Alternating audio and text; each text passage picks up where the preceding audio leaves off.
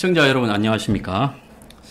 자, 추석 연휴 잘 보내고 계십니까? 오늘 대장동 이야기 세 번째로 유동규 선생님 모시고 이제 김만배 네. 부분에 본격적으로 좀 이야기를 해보겠습니다. 네. 지난번에 보면 김만배가 이제 그 대장동의 권력을 장악하기 위해서 이제 나무에 네. 대한 사법적인 문제를 해결하는 척 했지만 어떻게 보면 본인이 그런 걸 수도 있다. 네. 예, 그래서 나무기 사법적인 문제가 있으니까 저 대장동에 이제 그 본격적인 그 사업을 추진할 성남의 뜰 화천대유 그걸 맡을 수가 없다. 처음에부터 이제 화천대유가 된 건 아니고요. 예, 처음에 예, 화천대유라는 건 나중에 이제 나중에 만드는 거죠. 예, 컨소시엄 하면서 예, 이제 만든 거고요. 이제 그 전에 이제 뭐냐면 이제 사업주가 누가 경영할 거냐. 이제 이 주도권을 놓고 이제 사업 시행자죠. 사업 시행자. 예, 사업 시행자의 대표. 예, 그러니까 그 회장을 누가 맡을 거냐. 이제 그거 놓고 이제 하다가 이재명이 결국은 뭐냐면 이재명 정진상이 김만배를 택한 겁니다. 예. 사실상. 그러니까 뭐냐면 저는 이게 이제 뭐냐면 이게 그 위법성이 어깨가려고 그러면 사실상 뭐냐면 이제 이재명이 처음부터 했던 게 뭐냐면 우리는 그 1공단만 있으면 된다. 예. 이제 그렇지 않습니까? 1공단 공헌하면 하면 된다. 처음에 이제 그렇게 시작된 거고. 그리고 민간에서 그때 제시한 내용들이 뭐였냐면 1공단 공헌하고 50%의 이득을 주겠다 그랬어요. 그러면 우리는 굳이 민간 걸 뺏어와서 하실 필요가 없잖아요. 굳이. 우리가 뭐 설립해가지고 뭐 강제 수용해가지고 수용권 발동해서 하면은 그 사람들 수용가도 낮아지고. 그러면 이재명이 말했던 약속했던 거 거기에 오래 사신 분들 손해 안 보게 해주겠다. 다 거짓말이 되는 거예요. 그렇죠. 예. 그리고 실질적으로 이제 이재명이 그 방안을 찾아봐라 그랬는데 방안 없습니다. 예, 방안이 없어요. 수용하는데 이게 감정가 평가해가지고 나오는 건데 그걸 어떻게 해줄 방안이 어디 있겠습니까? 사실상 그런 방안은 없거든요. 그래서 이걸 갖다가 이제 그러면 시장 말로대로 하고 그다음에 굳이 민간 거 안 뺏고 그다음 우리도 리스크도 없는 거예요. 왜 그러냐면 선정 리스크가 없잖아요. 만약에 이제 선정하게 되면은 제가 김만배를 해줘야 되지 않습니까? 예, 당선되게 해줘야 되면은 그건 나중에 비리로 결국은 되는 거 아니겠습니까? 이제 그러다 보니까 이제 그거를 안 하려고 그랬는데 정진상이 저한테 그러더라고요. 김만배 해주라고. 예? 정진상이가 김만배를 예, 김만배 해주라고. 해줘라. 예, 만배. 그러면 도와줘라. 예, 나무기가 예. 지난번에 우리가 쭉 이야기 온 게 대장동 개발에 이재명 시장 당선 전부터 거기에 시행 사업을 해보려고 쭉 저축은행 돈거리가 했는데 어느 날 이제 나무기가 저축은행 관련 등으로 문제가 돼가 법적으로 그건 이제 나중에 문제입니다. 예. 나중에 이건 이제 한 12월 달 문제고 9월 달, 7월 달, 6월 달 요때 그리고 나무관태에서 법적인 문제가 발생을 하기도 전에 김만배 이미 정해진 겁니다. 정해진 거네요. 예. 나무기만 지가 팽당한 겁니다. 자기가 하는 줄 알았던 거죠. 하는 줄 알았던 거죠. 예. 그때 보면 나무기가 박영수 사무실에서 서판교 FV신가를 만들어 가지고 지가 할 거라고 그림도 그리고 거기서 회의도 많이 했다는데 혹시 거기도 가셨습니까? 아니는 안 가봤습니다. 안 가셨어요. 나무기하고 정영학이가 그렇게 그림만 그렸구만. 그림만 그린 거죠. 그러니까 정영학하고 나무는 모르고 있었던 거고요. 이제 김만배하고 그다음에 정진상 이렇게 알고 있었던 거죠. 사실은 뭐냐면 이제 거기까지도 김용까지 이 정도로 알고 있었던 겁니다. 그러면 어떻게 그렇게 김만배한테 판이 확 이렇게 김만배가 시행업자도 아니었고 현직 기자였고 법조계 건설업을 김만배가 했던 경력도 없고 그런데 어떻게 김만배한테 그 사업을 다 밀어주게끔 이재명이가 승인을 했으니까 정진상이가 그렇게 말을 했지 않겠습니까? 네, 저도 당연히 그렇게 됐다고 생각하는데요. 뭐냐면 이게 사실은 이렇게 특별한 재주나 능력이 필요한 건 아니거든요. 그러니까 자금을 갖고 올 수 있으면 되는 건데 결국 자금 못 가져오면 어쩔 수가 없는 거고 이제 자금을 이제 가져올 능력이 되면은 이제 하는 거다. 자금 능력 가져올 능력 되면 시행사 사실상 자금 문제지. 지도는 안 하고 다 끌어오는 끌어오는 능력입니다. 사실 끌어오는 능력이기 때문에 그 자금 능력만 있으면 된다는 건데 이 김만배 옆에는 누가 있냐면 아까 말씀드렸던 55 클럽들이 있잖아요. 특히 이제 뭐냐면 그 당시 최재경도 있었고 그러니까 이제 저 정도 능력이면 되지 않을까 이렇게 생각한 거죠. 그리고 이제 나무기 왜 안 되냐면 대장동 사업 준 거를 성남 시민들이 다 알잖아요. 이제 그러니까 이제 남욱을 하기에는 걸거롭죠, 아무래도.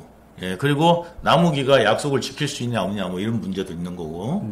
이제 그러니까 김만배가 이재명한테 굉장히 필요했습니다. 왜냐면 이제 그동안 김만배가 그 사법적 능력을 갖다가 보여준 거죠. 이재명한테 그때 이제 1공단 그건 나중이고 1공단 그때 보인 거는 뭐였습니까? 그때는 이제 그때가 한 16년 정도 됐을 테고요. 선정 이후고 처음에 이제 뭐냐면 이제 그 아로 사건 연결될 거 그거 이재명 이름 완전히 빼줬지 않습니까? 아 아로 여기 이석기 일당 이석기 일당의 그 자금으로 자금책으로 이재명이 그러니까 맞아요. 처음에는 거기에 성남시가 56억을 일당에 대해서 뭐 사회적 기업이라고 해가지고 그걸 많이 밀었죠. 환경이니까. 56억입니다. 나눔환경. 네, 나눔환경. 나눔환경에다 56억을 밀어줬죠. 그러니까 이제 그게 이제 자금줄이다. 해가지고 사실 그게 저출이 된 거 맞습니다. 그렇기 때문에 이제 그걸로 해가지고 2013년도에 난리가 났었지 않습니까? 거기에서 이재명 이름이 완전히 빠져났는데 그게 김만배 때문인 거를 정진상, 김만배, 이재명이 잘 알았습니다. 그래서 그때 당시에 누구한테 통화했냐면 김수남하고 이재명하고 통화를 하는 거를 제가 중간 역할을 했었습니다. 그래가지고 이제 그 김만배가 수남이 형한테 전화 왔는데 김수남이 이면 여기서 이제 검찰총장이었고 그때 당시에 수원지검장이었을 겁니다. 그래서 저기 전화 왔었는데 그 고마운 거는 김만배 부장한테 하라 그래라. 김만배 부장한테 하십시오. 그렇게 이야기했다고 이렇게 이야기했는데다가 이제 그 종교단체 끌고 와갖고 당선시키고 이제 이런 역할들을 하면서 이제 이재명이 또 사법 리스크 2014년도에 있었을 텐데 그것도 아마 정리를 했을 겁니다. 김만배가. 그러니까 이제 능력을 완전히 다 이제 보인 거고. 그 다음에 이제 김만배가 이야기한 게 있었는데 어디서 주워 들었는지 뭐였는지 모르겠지만 2014년도에 이슈가 있습니다. 9월 달에. 이게 원래 이제 뭐냐면 서판교 터널이라는 게 있어요. 서판교 터널. 대장동이 되려면 서판교 터널 뚫어야 되는데 이 뚫는 거를 갖다가 김만배가 자금을 동원하기가 어려우니까 저한테 한 번 이야기하고 정지상한테 했는데 이재명이 바로 발표했습니다. 우리 돈으로 주라. 우리 돈으로 줍니다. 이게 원래 수익자 부담 원칙이니까. 대장동의 사업자가 시행업자가 해야 될 거죠.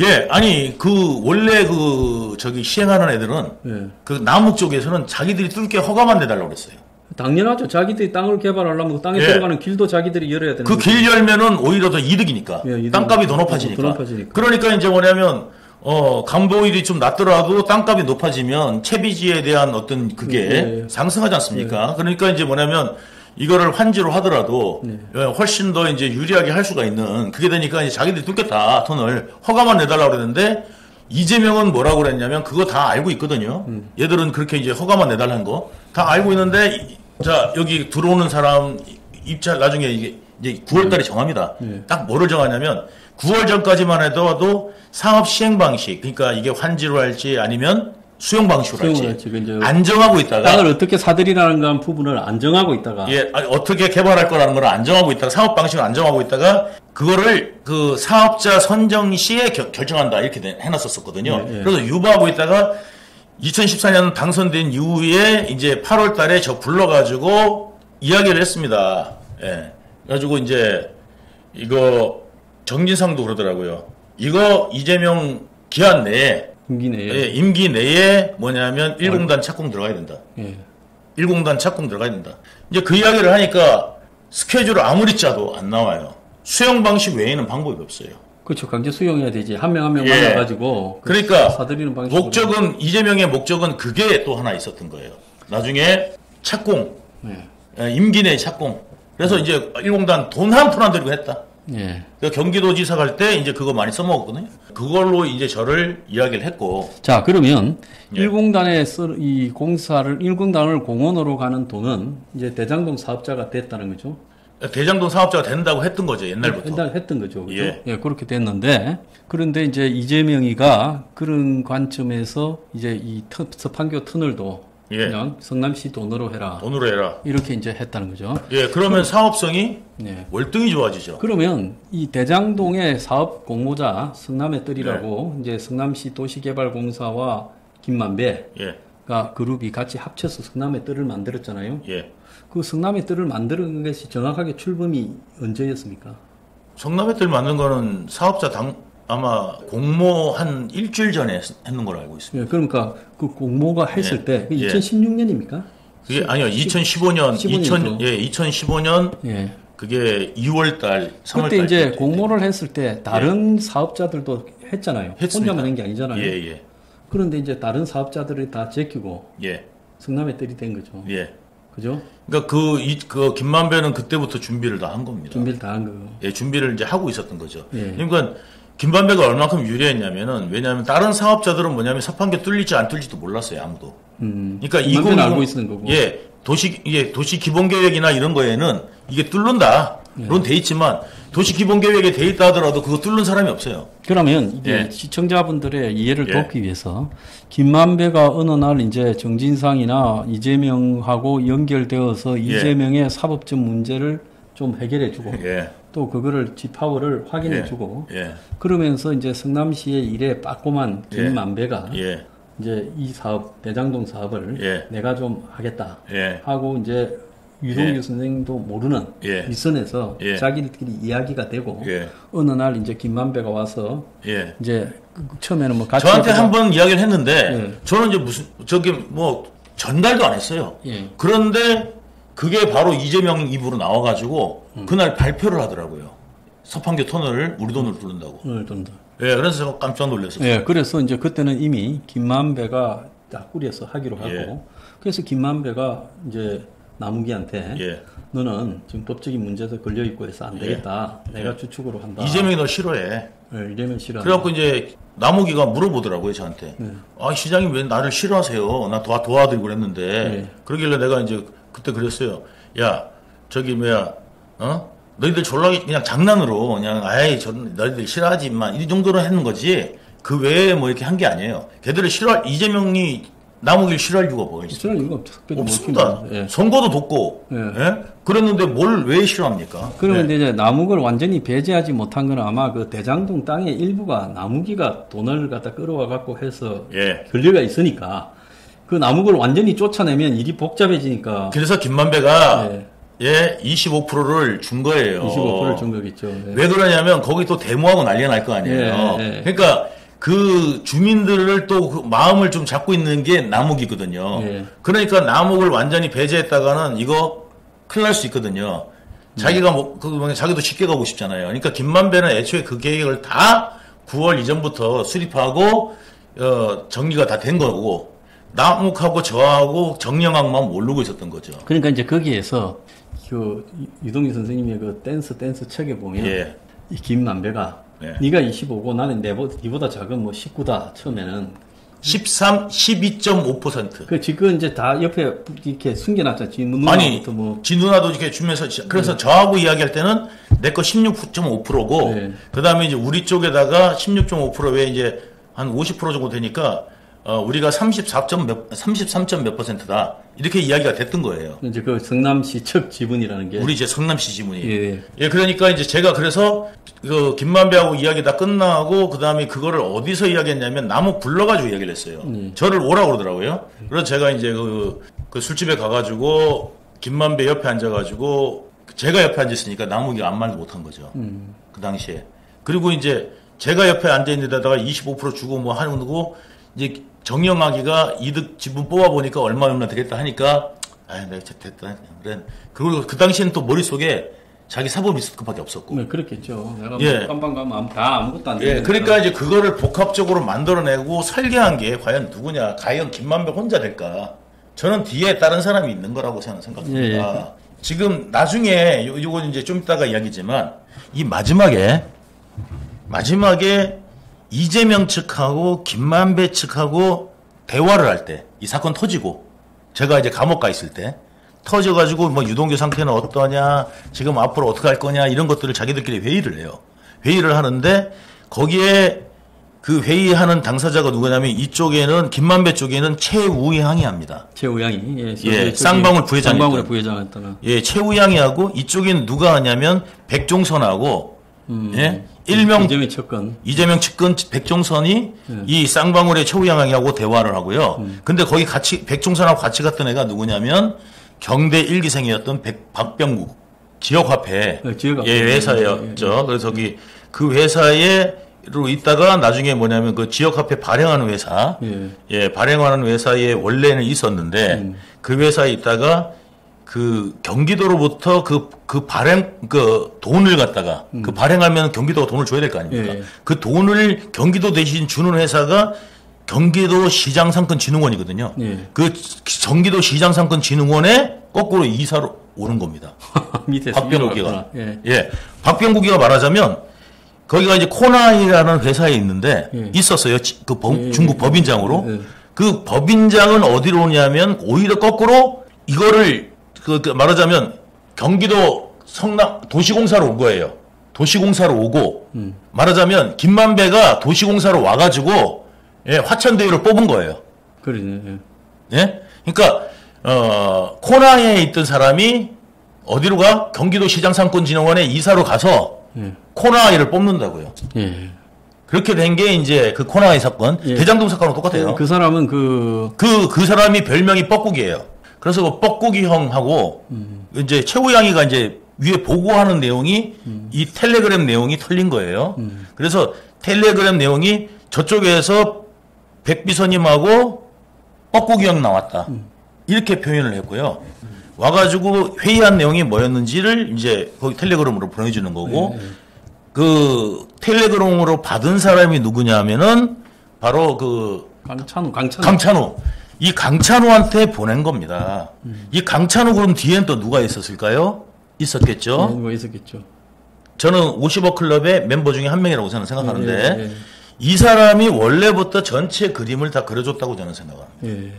그러니까 그냥 50억 클럽이 아니다. 그러니까 김만배가 평소에 뻔질나게 법조계 인맥들과 술 먹고 밥 먹고 관리해 오다가 그 이재명이라는 성남시 부분의 여러 문제를 수습해주고 그 대가로 대장동을 꿰찼고 남욱은 사법적 문제가 터져서 겁먹게 만들어서 이선으로 이제 물러나게 하고 자기가 사업 시행자가 되었다. 그러니까 단순히 김만배로만 이게 될 일은 아닌 거죠. 그리고 이재명이가 어떤 사람인데 김만배 뭐 일개 기자 그것도 그러니까, 뭐 네이처 일간지도 아닌 경제지 일개 기자 하나만 믿고 이재명이가 올인하지는 않았을 거다. 이재명은 김만배 뒤에 있는 거대한 사법 권력에 대해서 관심이 있었던 겁니다. 일정하게 관심이 있고 지가 또 문제되는 부분이 그런 과정을 통해서 그래서 김만배한테 이야기해봐. 그리고 이제 그 평소에 그랬었습니다. 그리고 이제 나중에 2015년도에 그때 우리가 어디도 사업을 했냐면 사실 그 백현전지 개발 사업도 준비를 했었거든요.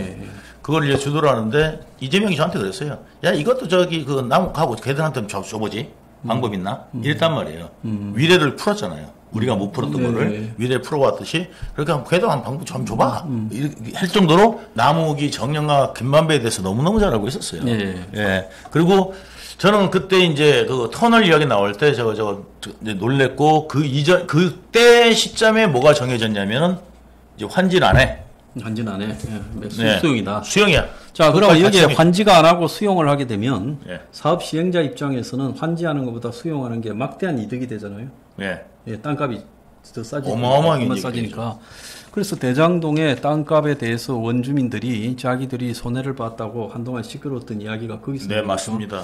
자, 그리고 이제 그 다음에 이제 그 다음에 이제 회사, 컨소시엄이 이제 되는데 그게 여러 세 군데인가가 처음에 응모를 했죠. 거기 이제 어디 들어왔냐면 산업은행 팀이 하나 더 들어왔습니다. 그러니까 하나은행 중심으로 해가지고 한 김만배 팀이 들어왔고요. 산업은행으로 중심으로 해가지고 들어온 팀이 또 하나 있고요. 그다음